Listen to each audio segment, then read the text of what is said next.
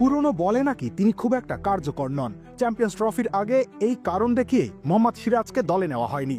রোহিত শর্মার কথাটা সম্ভবত খুব বেশি সিরিয়াসলি নিয়ে ফেলেছেন মিয়া ভাই।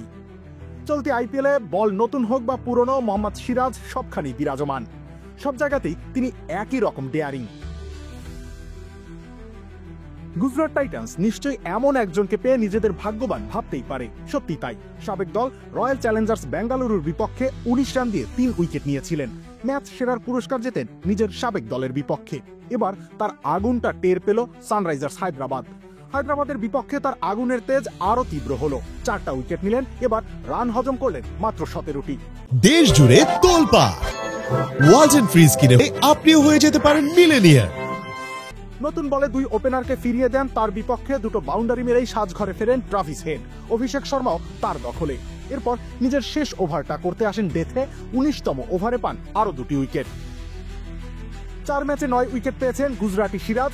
গতি, আগ্রাসন আর বুদ্ধির দুর্দান্ত মিশেল। সিরাজ এখন আর নতুন বলের ভয়ঙ্কর এমন তকমায় আটকে নেই। তিনি এখন সব সময়ের সব পরিস্থিতির জন্যই ডেয়ারিং।